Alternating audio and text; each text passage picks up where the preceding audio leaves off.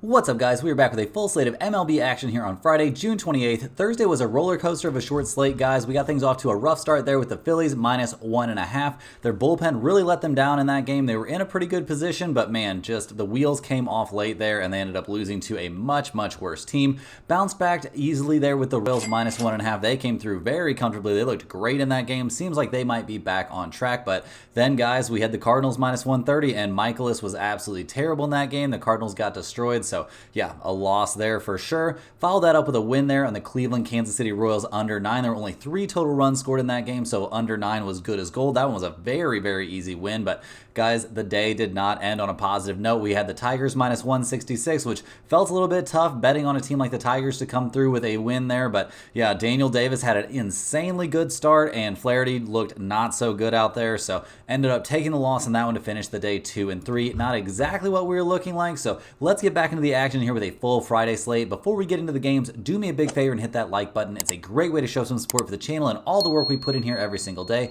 If you're new, go ahead and subscribe. It's 100% free and can keep you from missing out on these picks. Our videos are sponsored by StumpTheSpread.com. Click the link in the description and go over there and join our free email list and check out our top confidence plays on all the major sports. Comment below with all the bets you're looking at today, and we will give you our best advice on all of them. We respond to absolutely every single comment, so let us know anything you want to say about my picks, these videos, or anything you see here. As always, our final picks are in the pinned comment down below. Now let's get into our first game of the day. We've got the Miami Marlins going on the road to take on the Philadelphia Phillies. The Marlins come into this game fresh off of that 7-4 win. They've been alternating wins and losses for several games now. They are 29-52 on the year, handing the ball in this game to Kyle Tyler, who has yet to figure in a result. He's only making his 3rd appearance of the season. His 2nd start of the year. His first start was back on the 23rd against the Mariners. He went 4 innings, gave it 3 hits and 2 earned runs. He walked 3 and also gave up a home run in that game, so not exactly someone we're super excited about. I mean, not having a hard time against a team like the Seattle Mariners is not a harbinger of good things when you're about to go up against a team like the Phillies. We're also not that confident here in the Marlins bullpen. No major shock there, guys. They've been one of the worst bullpens in the major leagues over the course of this season. So not a starter or a bullpen that we have a ton of faith in here for this game. And also, guys, the Marlins bats, I mean, they did score 7 runs yesterday. Pretty wild stuff. They really took advantage of a normally good Phillies bullpen to score 7 runs in that game, which is a lot for them. This offense is 29th in the majors in runs scored and 29th in both on-base percentage and slugging percentage. They don't really run a lot of guys up there that I'm scared of, and in general, guys, this is just not a very good team at the plate. They're not Chicago White Sox level, but not much above them, and yeah, they're going to have to figure something out here once again if they want to win back-to-back games against the Phillies, because yeah, Philadelphia can't be too happy about losing that one. We also saw Bryce Harper limp off the field after the final out of the game, so apparently a hamstring injury. I do not expect to see him playing here on Friday. Kind of tough stuff there. Yeah, not what you're hoping to see. We also saw Schwarber leave the game in the 9th inning, so the Phillies looking a little bit banged up. They're handing the ball in this game to Christopher Sanchez, who's 5-3 this season with a 2.67 ERA. He's coming off a dazzling start there at home against the Arizona Diamondbacks, where he went 7 innings, gave up 3 hits and no runs. He also struck out 5 and walked none in that game. A very good start. We've actually seen him allow 1 or less earned runs over 4 of his last 5 starts. The only hiccup he had over that span was at Boston, where he gave up 7 hits and 4 earned runs over 4 innings. We see that the Phillies are 4-1 over his last 5 starts, so just very impressive things in general coming out of Sanchez. And overall this season, we felt very good about the Phillies bullpen. They've been pretty much one of the best 2 or 3 bullpens in the major leagues all year long, but they straight up had a bad time yesterday. So can we expect them to bounce back? I think so. Generally speaking, I would expect them to have a good time against a pretty weak hitting roster like the Miami Marlins. So we'll see what we actually get out of this bullpen. A little less faith in him today than we had in them yesterday, though, that's for sure. The Phillies bats also, I mean, obviously this has been one of the best offensive teams in the majors, but if we do see Harper and Schwarber both sitting out this game, that takes away a lot of firepower from this roster. Does it take away all the firepower? Absolutely not. This is still a pretty decent team, well above average, even with those 2 guys out. I think they are. So we're not exactly sounding alarm sirens for the Phillies, but looking at the numbers for this game, guys, it's pretty expensive if you want to be betting on those Phillies. If you want the Phillies, they're -260. You want the Marlins, they are +250. We've got an over-under of 8.5 in this game. Yeah, honestly, none of those numbers are super enticing to me. I mean, if you want to take the Phillies -1.5, you can get them at around -120 to 135, somewhere in that range. I guess that's my slight lean in this game, because I really don't think there's any chance the Marlins win 2 in a row here against the Phillies team that is 31-12 at home, despite, even if they're missing both Schwarber and Harper. But with those many injuries, guys, and a big slate here, this is not going in the pinned comment. Next on the docket, we're looking at the Washington Nationals going on the road to take on the Tampa Bay Rays. The Nationals come to this game fresh off of a third straight loss there at San Diego. They got swept in that series. They put up some runs. They kept things competitive. They didn't lose. They lost 8-5, 9-7, and 7-6 in that series. So, they were right there with them most games, but just couldn't figure out a way to get the job done. They're hitting the ball in this one to Mitchell Parker, who's 5-3 this year with a 3.30 ERA. He's coming off of a kind of rough outing there at Colorado. It's a game that we saw the Nationals lose 8-7. He went 6 innings, gave up 6 hits and 4 earned runs, which honestly not a disaster start pitching there at Coors Field. Pretty tough place to be a starting pitcher, or any pitcher, obviously. Over his last 5 starts, we've seen him look pretty reasonable. We do see the Nationals are only 2-3 over those starts, but he did have games in there against Atlanta and Cleveland, and he looked pretty good in those, so definitely going to give this guy credit. He's been decent for sure over the course of this season. Maybe not amazing, but we'll definitely give him decent. Also decent this year in kind of surprising fashion has been the Nationals bullpen. They have had some struggles lately. They had some struggles in that series against the Padres to fall slightly below average in the majors, but right now being 16th in the majors in bullpen ERA probably doesn't feel too bad to this organization. Offensively, guys, they actually had a pretty good series against the Padres. They didn't get any wins, but they scored 5, 7, and 6 runs, respectively. Not bad for an offense that hasn't been amazing. I mean, CJ Abrams is leading the way for them with a 280 batting average and 12 home runs. But overall, guys, this team is 20th in the majors in runs scored and 26th in slugging percentage. Not a great on-base percentage team, really, either. So not exactly an offense that I'm super scared of. Obviously, they're swinging the bats a little bit better recently, so we'll give them a little bit of credit headed into this game, going up against the Tampa Bay Rays, who come into this one fresh off of winning 2 out of 3 at home against the Seattle Mariners. They did lose the last game of that series 5-2, so a little bit of a down tick there at the end of the series. But at 40-41 on the year, things are looking up for the Tampa Bay Rays, who have went through some pretty low valleys this season. They're handing the ball to Zach Eflin, who is 3-5 this year with a 4.20 ERA. He's coming off of a pretty mediocre start there at Pittsburgh, where he went 7 innings, gave up 5 hits and 4 earned runs against a pretty weak hitting Pirates team. We did see the Rays did not get the win in that game, guys. They lost 4-3, but they're 4-1 over his last 5 starts, so that's something to take into consideration. He's been serviceable lately. 7-inning appearance that was a little bit deep into the game for him to go, and that gives us some reason for concern. Definitely, guys, after they stretch out a little bit, tend to have a little bit of fatigue in their next outing, so we're going to have to keep a very close eye here on Eflin, and we also always have to keep a close eye, guys, on that Tampa Bay bullpen. It is not very good, one of the worst bullpens in Major League Baseball, so once Eflin comes out of the game, even if he's been having a good outing, yeah, not a great spot. Not a great spot. You don't want to see that Tampa Bay bullpen out there for very long, and let's say he has one of his starts where he goes 4 or 5 innings, they're going to have to eat up a lot of outs. So looking at the Tampa Bay bats recently, guys, they looked decent. I would say even above average maybe in that series against Seattle, although most of those numbers all come there from game 2 where they scored 11 runs. They scored 2, 11, and 4 runs respectively. Not exactly killing it at the plate this year. They're one of the lowest slugging percentage teams in the majors. They're 21st in runs scored. They are getting on base at a 310 on base percentage. That's not a disaster. That's 16th in the majors, but they're only batting 236 as a team. Not exactly running a bunch of sluggers up there. This is not an offense that I'm scared of. Looking at the numbers in this game, guys, it's pretty interesting. We see the Nationals at plus 130 with a pretty decent starter out there. We see the Rays at minus 146. We've got an over-under of 7.5 in this game. We see the Rays are 21-24 at home, so that's not super terrifying. We see Washington is 21-23 on the road, which is fine. Obviously not amazing.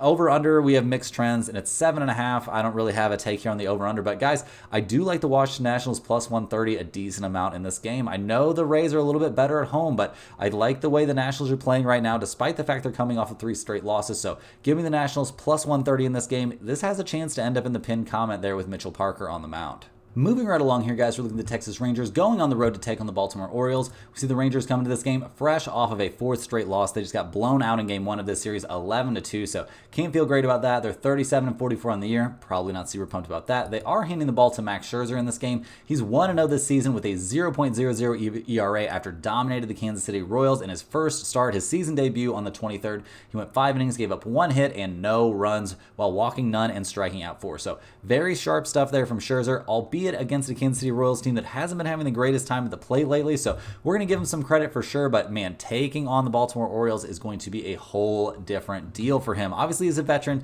He knows what he's doing out there, but we'll see how he looks against these elite hitters for Baltimore. We also have some concerns here about the Rangers bullpen. I mean, obviously they didn't have a great time in game 1 of this series. They're 17th in the majors with a 4.04 bullpen ERA, so that's not exactly elite. And they're coming off a game where they only scored 2 runs. They've scored 2, 5, 1, and 3 runs respectively over their last 4 games.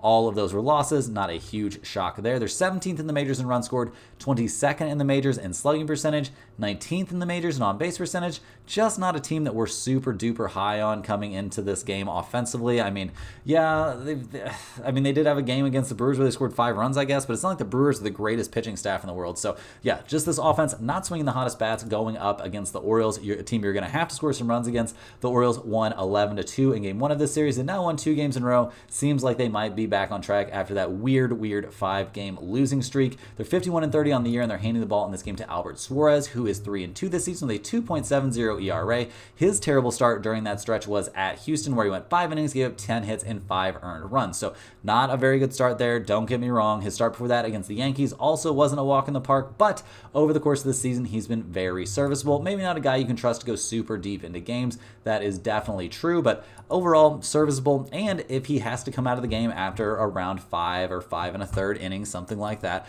we shouldn't have to be too scared about that Orioles bullpen taking over. They've been very good over the course of the season. Have they had their struggles during this down stretch there for the Orioles? They certainly have, but they're still sporting a 3.39 bullpen ERA, which is not a disaster. So I think we can feel decent, maybe not amazing, but decent about this Orioles bullpen. And the offense, guys, seems like it's back on track. I mean, we saw the Orioles hit 4 home runs in that game. They looked fantastic out there. Yeah, I mean, Gunnar Henderson looking great. Everybody looking great once again on this offense. They're first in the majors in runs scored, still never dropped out of that top spot despite their struggles during that 5-game losing streak. They're 6th in the majors in batting average, 1st in the majors in slugging percentage, as they have been the vast majority of the season. This is just a team that can absolutely kill it up there at the plate. And looking at the numbers for this game, guys, we see the odds makers are giving the Rangers and Max Scherzer a lot of respect. They've got the Rangers at plus 120, the Orioles at minus 135, and we've got an over-under of 8.5 in this game. We see the Rangers, guys, a pretty bad road team. They're 17-25 on the road, and the Orioles, one of the better home teams in the MLB. They're 27-16 at home,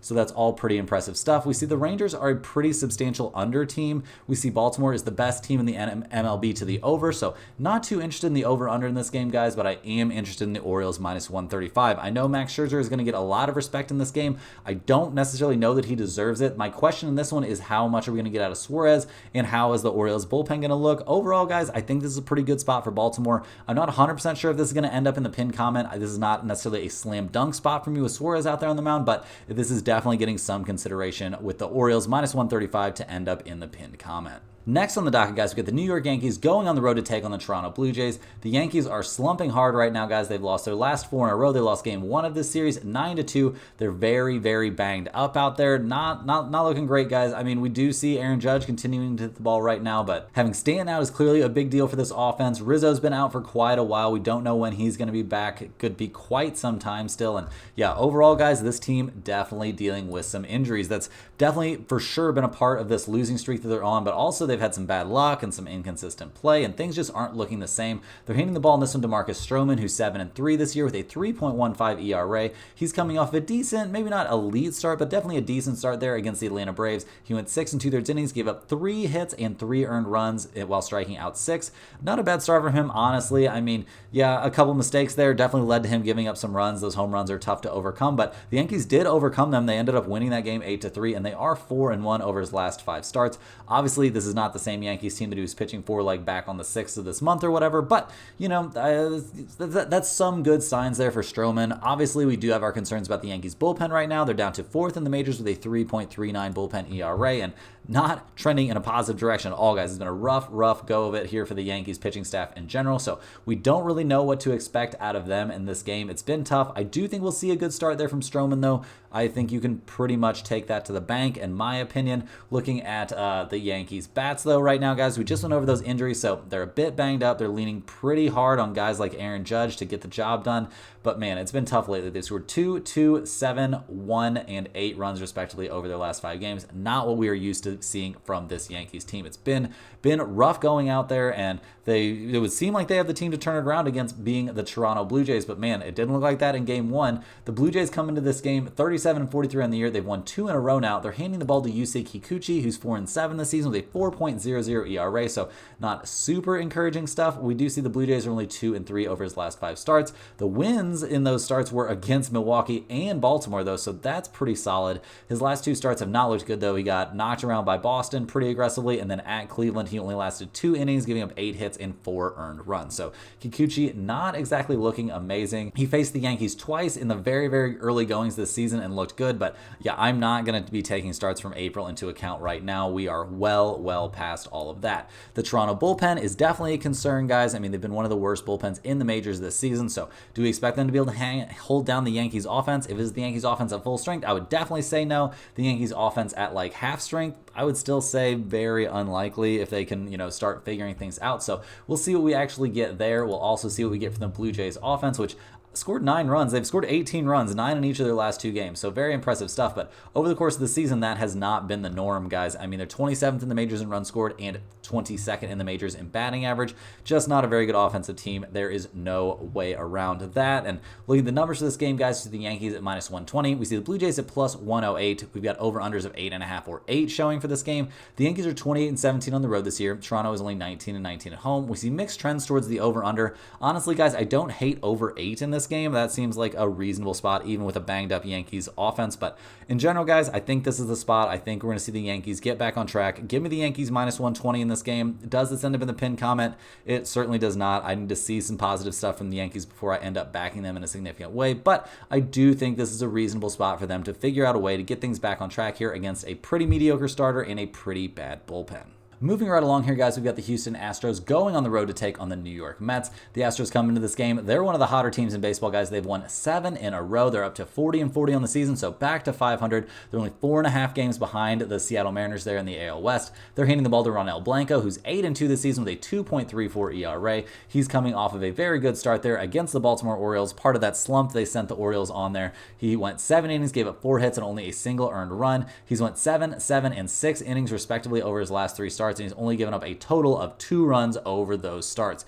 Absolutely dominant stuff from him right now. Can he reel this off? Can he reel off a 4th straight good start in a row? Well, we'll have to wait and see, but the chances seem relatively good to me. We've also seen the Astros bullpen really come alive lately. I mean, over this winning streak, they've looked very good. They're up to 18th in the majors in bullpen ERA. Things are just trending in a positive direction here for this Astros team all over the place. The offense has also looked much better. I mean, their last 2 games were against the Colorado Rockies, but they scored 7 and 5 runs respectively in those 2 games. And over this winning streak, guys, they've been hitting the ball extremely well, which, I mean, not a huge shock there over a winning streak that they're hitting the ball well. But, man, it seems like this team is figuring some things out. They've been putting up pretty good counting stats all season long, except for runs scored. And it seems like that variance is starting to head back in the right direction for Astros and their fans. They're up to 13th in the majors in runs scored. They're first in the majors, batting .263 as a team.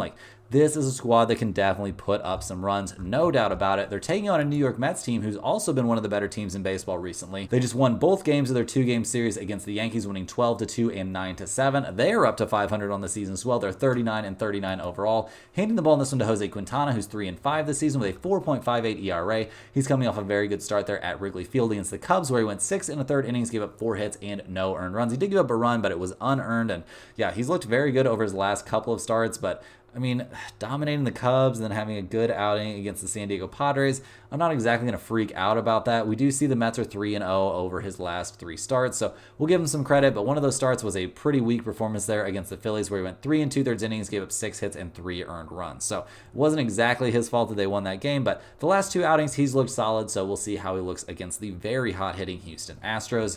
The Mets bullpen in general this season hasn't had the best time, but they're right there around the Astros, and their bullpen's been trending in a positive direction as well. A 4.09 bullpen ERA. Not a disaster when that number is headed in the direction that you want it to be headed in. So I guess they'll take that. They'll also take their bats coming alive for 21 runs over their last 2 games. That's pretty solid stuff. They've scored 12, 8, 5, 1, 11, and 3 runs respectively over their last few games.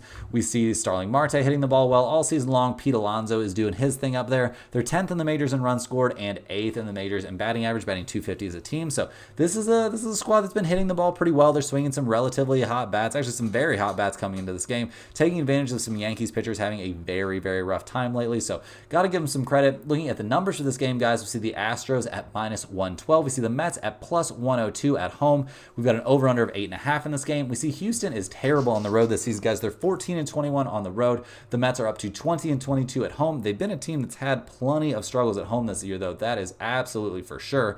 The over-under in this game is 8.5. We see Houston is an MLB best to the under team this year. They're 48-28-4 to the under. So I wouldn't blame you all for taking a little peek at under 8.5 in that game. I think it could definitely be a game where we see offense at an absolute premium. But in general, guys, I'm leaning towards the Houston Astros -112. They haven't done a whole lot of impressive things on the road this season, don't get me wrong, but with Blanco out there on the mound, like, he's been a monster. His last road start was at San Francisco, where he went 6 innings, gave up 3 hits and only a single earned run. And again, we saw the Astros win 3-1, and their bats are much hotter now. Go ahead and give me the Astros in this game. Is this going in the pinned comment?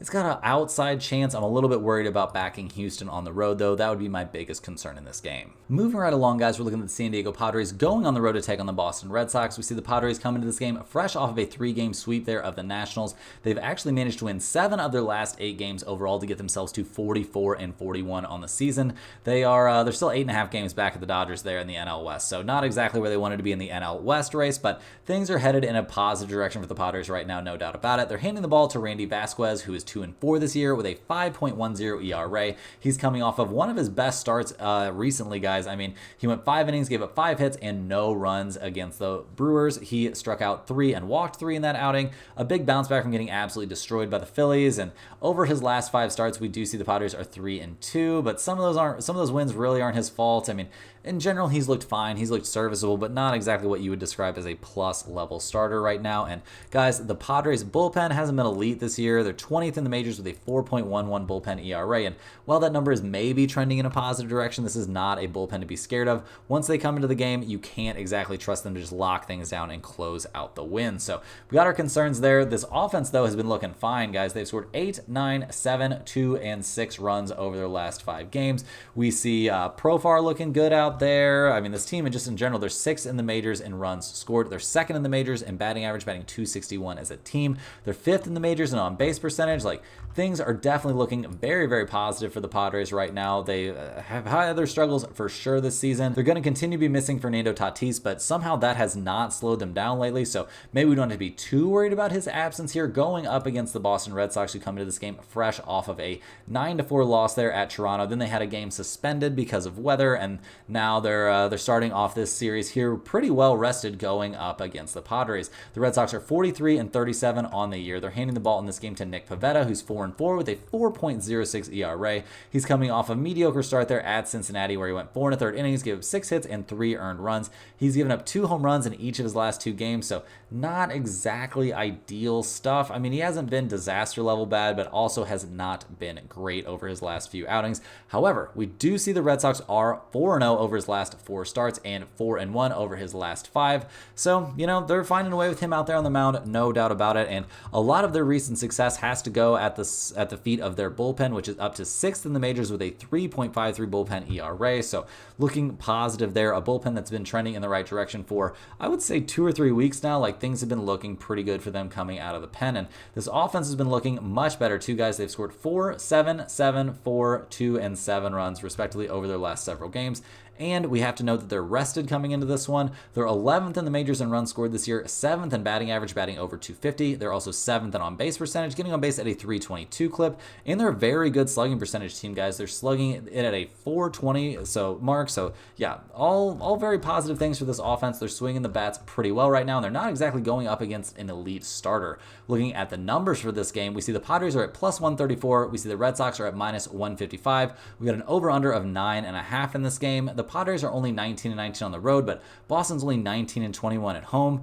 Guys, I'm definitely leaning towards the Red Sox minus 155 in this game. I also think you take a look at over 9.5. I think that's very possible. I don't really trust Vasquez against the Red Sox offense, and I also think that the Red Sox having a rest advantage is a pretty significant advantage. So go ahead and give me Boston in this game. Do I trust them enough with Pivetta on the mound to make this a pin comment play? Seems kind of rough to me. Moving right along here, guys, we got the Pittsburgh Pirates going on the road to take on the Atlanta Braves. The Pirates come into this game fresh off of back-to-back wins. They won 2 out of 3, winning the last 2 games of that series at the Cincinnati Reds. They're 39-41 on the season, handing the ball in this one to Martin Perez, who's 1-3 this year with a 4.71 ERA. He's coming off of the IL. His last start was over a month ago against Atlanta, where he went 3 innings, gave up 4 hits, and only a single earned run. He's coming off of a groin injury, so yeah, just coming back from the IL. We'll see what he's got out there. Over the course of the season, he hasn't been terrible, but also has not been great, obviously. So, we'll just kind of have to wait and see what this short left-hander has in the tank. And if he makes a pretty short start, we're going to be leaning on an average bullpen. The Pirates are exactly MLB average with a 4.01 ERA. So nothing terrible there, but also nothing great, and not a bullpen that we can really trust. And can we trust this offense, guys? Well, over the last couple games, they've combined to score 15 runs. So swinging the bats relatively well. They've scored 6, 9, and 5 runs respectively over their last 3. Some pretty decent stuff in there for sure. Is this an elite offensive team, though? I'm going to have to go with no. They're 22nd in the majors in runs scored, 26th in the majors, getting on base at a 298 clip. Just not an offense that I have a ton of faith in. I mean, Brian Reynolds is leading the way for them with a 279 batting average, 13 home runs, and 46 RBIs. That's all great. That's all nice. But is he the kind of guy that's going to just carry this offense? I don't really believe so. Just not an amazing offense, and they're going to need to score some runs going up against the Atlanta Braves, who are definitely in a bounce back spot after that terrible loss, losing 1-0 to the Chicago White Sox. They've actually lost 3 out of their last 4 games overall to fall to 44-35 on the year. They're handing the ball in this one to Charlie Morton, who's 4-4 this season with a 4.20 ERA. He's coming off a pretty bad start there at the Yankees, where he went 5 2/3 innings, gave up 5 hits and 5 earned runs. He gave up a home run in that game. He also walked 5 hitters in that game. Not exactly what you're trying to do. I mean, over his last 5 starts, we see that the Braves are only 2-3 overall. A lot of those, I mean, at least 2 of those, not really his fault, but I would say the 3 are. I mean, he had a tough start against Washington, a couple tough starts against Washington, just not a starter that I have a ton of confidence in. And sure, the Braves bullpen is top 10 in the majors, but they're 8th overall with a 3.59 bullpen ERA, so not exactly an alert the press type of bullpen if you're asking me. And the bats haven't looked amazing. I mean, obviously getting shut out by the White Sox is a pretty tough look. They've scored 0, 1, 6, and 3 runs respectively over their last 4 games. Not exactly killing it. We see Ozuna having a bit of a slump. This team is holding it pretty steady at right there at MLB average in runs scored. They're batting 244 as a team, which is 15th in the majors. Just not a ton of positives to report here for the Atlanta Braves on offense, or just rough time for the Atlanta Braves. They're pretty big favorites though, guys. The odds makers have them at minus 166. The Pirates are plus 150. We see over-unders floating around out there of 9 or 8.5. In general in this game, guys, I am leaning slightly towards the Pirates plus 150. The Braves are just having a hard time right now. Morton is not looking great. Martin Perez is at least in, coming off the IL. Maybe he'll have a good outing. I don't have very much faith in how this game's going to go in general, though, guys. Not a whole lot of a read. It seems pretty tough to bet against Atlanta, who's 24-13 at home. We see both teams showing trends towards the under, so that's maybe something to take a look at. I don't think we're going to see the Pirates score a ton of runs here, even against Morton. I don't think we're going to see the A's score a ton of runs since they're slumping a little bit at the plate, but that's my bigger concern. If you want to take under 9, honestly, I think that's my biggest value in this game, but overall, this is definitely a stay away spot for me. Next on the docket, guys, we got the Chicago Cubs going on the road to take on the Milwaukee Brewers. The Cubs come into this game fresh off of winning 1 out of 4 there at the San Francisco Giants. Not a very fun series, although they did end things on a positive note there with a 5-3 win. They're 38-44 on the year, dead last in the NL Central. They're handing the ball in this one to Jameson Taillon. He is 4-3 with a 2.90 ERA this year, coming off a very good start against the very, very hot New York Mets. He went 7 innings, gave 6 hits, only a single earned run. It was a home run, but he walked none and struck out 10 in that game. He's looked very, very good. He's had 1 hiccup over his last 5 games, and that was against the White Sox. And again, the Cubs managed to kind of miracle level win 7-6. But yeah, he just hasn't gotten any run support lately. Got to be pretty frustrating going up there knowing you're very unlikely to get any help. Just a tough spot. And when he comes out of the game, how excited are we about about the Cubs bullpen. I mean, they're pretty average with a 3.97 bullpen ERA, so not exactly a bullpen that we're super pumped about. And this offense, guys, not having a very good time. They scored 5 runs in their win there in Game 4. Before that, they scored 3, 1, 4, and 2 runs, respectively. Not swinging the hottest bats. We see Bellinger trying to do everything he can. He's batting .271 out there, but this team is 19th in the majors in runs scored, 25th in slugging percentage, and 25th in team batting average, batting only .230 as a squad.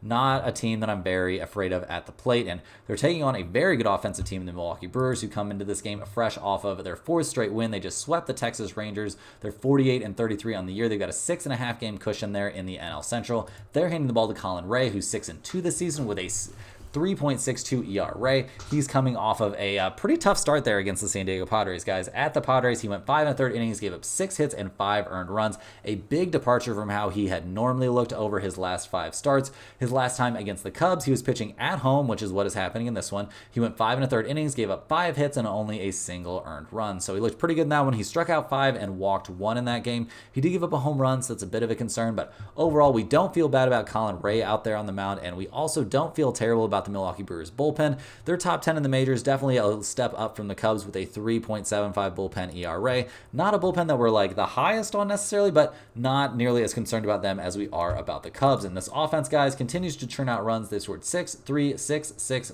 and 4 runs, respectively, over their last 5 games.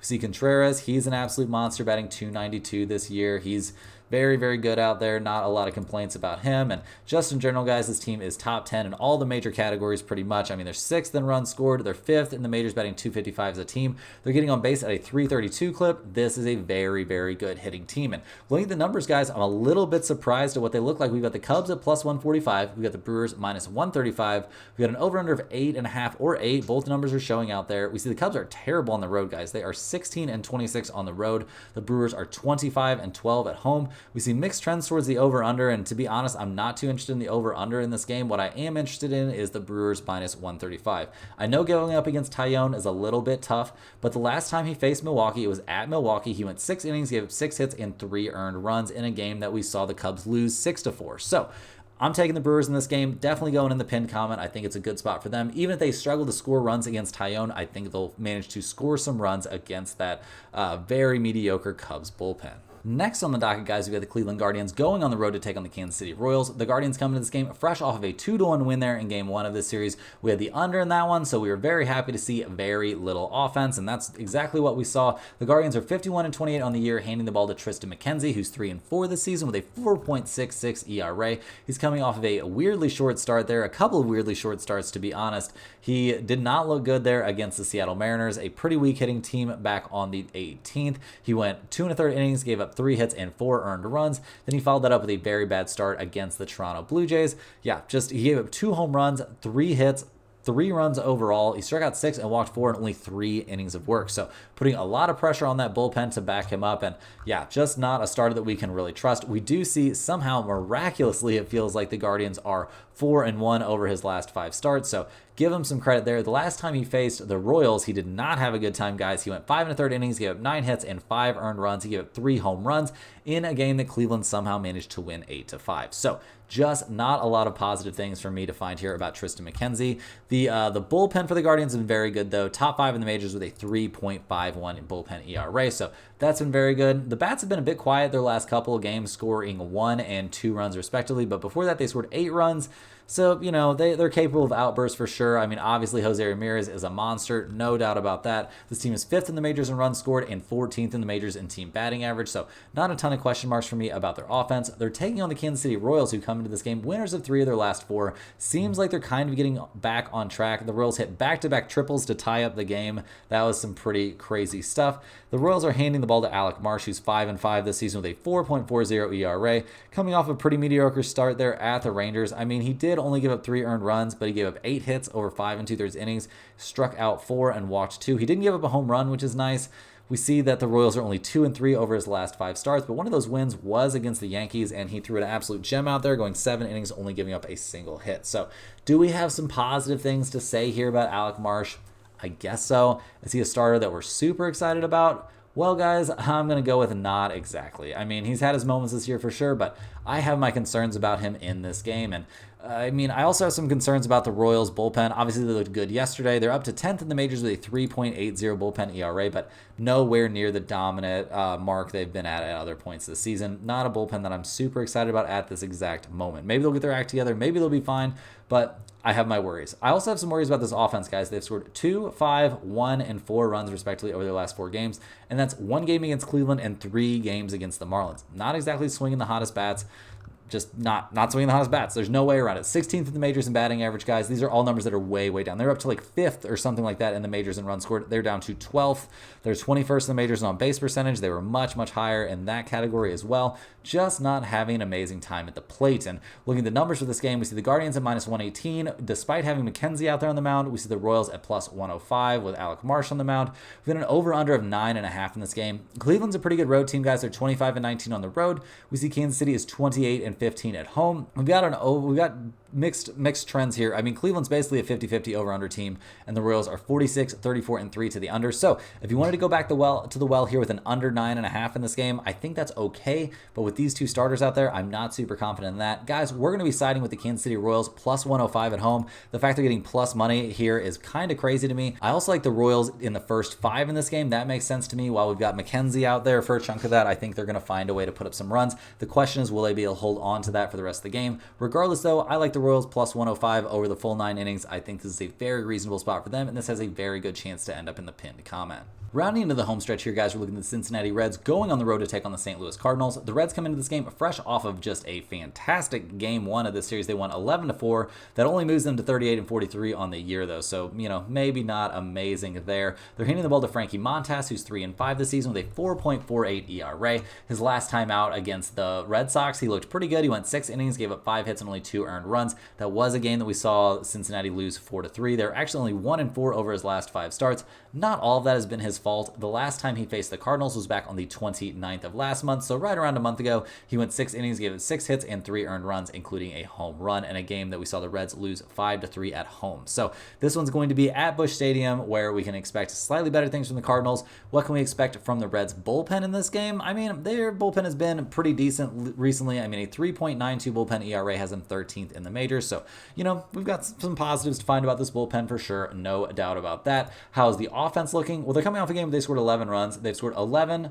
1, 5, and 11 runs. So they've been swinging the bats a lot better now than they have at some of the darker times of this season. I mean, things got pretty dim there for a while for this offense. It was looking really, really bad. They're still only 28th in the majors in batting average, 22nd in the majors in on-base percentage. Not exactly an offense that scares me a ton. Although, like I said, they've had 2 games recently where they've scored 11 runs. So maybe there's something to it. They're going to be taking on the St. Louis Cardinals, who obviously come to this game fresh off of that game 1 loss, looking pretty tough out there. They're handing the ball to Andre Palante in this one. He comes into this game fresh off of a bad start there against the San Francisco Giants, a game that the Cardinals actually ended up winning 6-5. Wasn't his fault, though. He went 5 1/3 innings, gave up 5 earned runs on 7 hits. He's had some moments, like he had a very good start there at the Cubs. He had a very good start against the Colorado Rockies, but he had a terrible start at Houston, and the last time he faced the Cincinnati Reds was back on the 29th of last month. He went 6 innings, gave 3 hits, and no earned runs. So we can feel decent about how he looks against the Reds, that's for sure. Can we feel great about how he's throwing the ball lately? Well, he looked bad against the Giants, but maybe he's in a bounce-back spot. The Cardinals bullpen obviously had a pretty terrible time yesterday. They are sitting at 12th in the majors, though, with a 3.91 bullpen ERA, so not a disaster. The offense obviously didn't look great in Game 1, but there have been some slight upticks lately. They're still only 26th in the majors in runs scored and 18th in the majors in slugging percentage, so, not one of the best hitting teams in the majors right now. Looking at the numbers for this game, we see the Reds at +100. We see the Cardinals at -118. We've got an over-under of 8.5 in this game. Guys, I'm actually tending to look towards the Cardinals again in this one. I'm not super high on Frankie Montas. He didn't have a good time the last time he faced the Cardinals. We saw Palante have a good time the last time he faced the Reds, so I think the Cardinals -118 are very live in this game. They're 21-17 at home, which is good. They're coming off a loss, which is obviously tough, but I think there's a decent chance they bounce back in this game, hold down that Cincinnati Reds offense, and manage to get a win here. Next on the docket, we've got the Minnesota Twins going on the road to take on the Seattle Mariners. The Twins come into this game fresh off of a 13-6 win over the Arizona Diamondbacks. They close that series out with back-to-back wins to win 2 out of 3. They're handing the ball to Bailey Ober, who's 7-4 this year with a 4.50 ERA. He's coming off of a complete game outing there at Oakland where he went 9 innings, gave up 4 hits, and 2 earned runs. He gave 2 home runs and struck out 10 in that game. Going the complete game, pretty crazy stuff there from Ober. He looked great out there, but the question is, how is he going to look in this game after a 9-inning start, much deeper into a game than we ever expect him to go? So we're going to probably be leaning on the Twins bullpen a decent amount in this game. I'd be very surprised if we're not. Don't really think the dude's going to throw back-to-back complete games. The Twins bullpen, not very good, a 4.17 bullpen ERA since 21st in the majors. So what are we going to expect from their offense? Well, they're coming off a game where they scored 13 runs. They've scored 21 runs over their last 2 games. Is this offense that good? I do not think so. Are they swinging some hot bats? For sure. Carlos Correa looking good. Ryan Jeffers looking good. Like, this is a good offense. They're 8th in the majors in runs scored, 4th in the majors in slugging percentage, but are they really going to be able to do that in back-to-back games and going up against a tough Seattle Mariners pitching staff? We'll have to see. They've kind of been feasting against some pretty weak teams recently, so they're about to get maybe a little bit of a wake-up call. The Mariners come into this game. They are 46-37 on the year. They're fading a little bit. They've gone 2-3 over their last 5 games. They've actually only won 2 out of their last 8, so things have been looking a little bit rough. They need to get back on track here if they're trying to hold on to their lead there in the AL West. They're handing the ball to a guy that can definitely help them out here. It's Logan Gilbert. He's 5-4 this season with a 2.71 ERA. He hasn't given up an earned run over either of his last 2 starts. He's gone 8 innings over each of his last 2 starts, and he's a guy that's been going deep into games, so we're not super worried about arm fatigue. He's just looked good, man. There's no way around it. He's throwing the ball extremely well. We have some concerns, though. His last time against the Twins, he only went 4 innings. This was at Minnesota. He went 4 innings, gave up 9 hits, and 8 earned runs. That was coming off of an 8-inning appearance at Houston where he had been dominant. So, yeah, we have our concerns about Gilbert. Should he look good in this game? I would definitely think so. I mean, he's been throwing the ball great, but maybe the Twins hitters have his number. We're going to have to wait and see. Obviously, the Seattle bullpen is much better than the Twins bullpen. They've been holding steady there in 7th place with an ERA of around 3.50. So, expecting good things from their bullpen. What can we expect from an offense that scored 5, 3, 3, 4, and 9 runs respectively over their last 5? Seems like kind of a toss-up. Over the course of the year, the Seattle Mariners offense has been bad, though. 29th in the majors in batting average, 25th in the majors in on-base percentage. Big concerns for me about this offense. And yeah, looking at the numbers for this game, we see the Mariners at -130. We see the Twins at +110. We see Minnesota is 22-20 on the road. Seattle is very good, 27-12 at home. Guys, I like the Mariners -130 with Gilbert out there on the mound in this one a good amount. I am a little bit worried about the Twins having dinged him up very aggressively earlier in the season, but guys, that was a pretty long time ago. I mean, that was on the 5th or the 9th, of last month. So, it feels like a very long time. Is it a really long time in starts? I kind of feel like it. The dude's throwing the ball great right now, so go ahead and give me the Mariners -130. I think this is a very reasonable spot. Last but not least, guys, we got a very late game. We've got the LA Dodgers going on the road to take on the San Francisco Giants. The Dodgers come into this game fresh off of their 4th straight win. They're 51-31 overall this year. They're handing the ball to Landon Knack, who is 1-1 this year with a 2.10 ERA, coming off of a great start there against the Angels, where he went 5 innings, gave up 2 hits and no runs. He walked 2 and struck out 2 in that outing, so very positive stuff from him there. We can also see the Dodgers bullpen's been one of the best in the majors all season long, so plenty of faith in that unit. And this offense, guys, they've been finding a way without Mookie Betts. They didn't look amazing against the White Sox. I mean, they scored 4, 4, and 3 runs respectively against the White Sox. Not exactly elite stuff there. Clearly, they're missing Mookie Betts, but they're finding a way to get enough on the board there to get some wins, albeit against some pretty weak opponents. They're taking on the Giants, who come into this game fresh off of winning 3 out of 4 there against the Cubs, so obviously not elite competition there. The Giants are only 39-43 this season, handing the ball to Logan Webb, who's 6-6 this year with a 3.16 ERA. He comes into this game fresh off of a pretty rough start there at the Cardinals, where he went 6 innings, gave up 9 hits and 4 earned runs. His start for that at the Cubs, he also didn't look dominant. He went 7 innings, gave up 6 hits and 2 earned runs. Both of those were games that we saw the Giants lose. They've managed to lose 3 out of his last 5 starts, so that can't feel great, especially when he's been out there throwing the ball pretty well over the majority of those starts. The Giants bullpen, guys, obviously not one of the best in the majors. They're 23rd overall with a 4.46 bullpen ERA, so not exactly something to write home about. And their offense hasn't been killing it. Even those games they're winning against the Cubs were mostly 1-run games and pretty low scoring, so not a lot of great things to say about an offense that's being led by somebody who's batting at .235, 13th in the majors in team batting average, 17th in slugging percentage. This isn't one of the worst offenses in Major League Baseball, but it is also not one of the best. So definitely some question marks there. Looking at the numbers for this game, we see the Dodgers at -110. We see the Giants at +100. We got an over-under of 7.5 in this game. The Dodgers are 25-15 on the road. The Giants are 23-18 at home. We see mixed trends towards the over-under. Not really super interested in this over-under. I do think this is a game you could play as a no-run first inning spot if you're not scared of Ohtani just smashing a home run there to ruin it for us. But overall, guys, I definitely like the Dodgers -110 in this game. Will this end up in the pin comment? It's got a chance.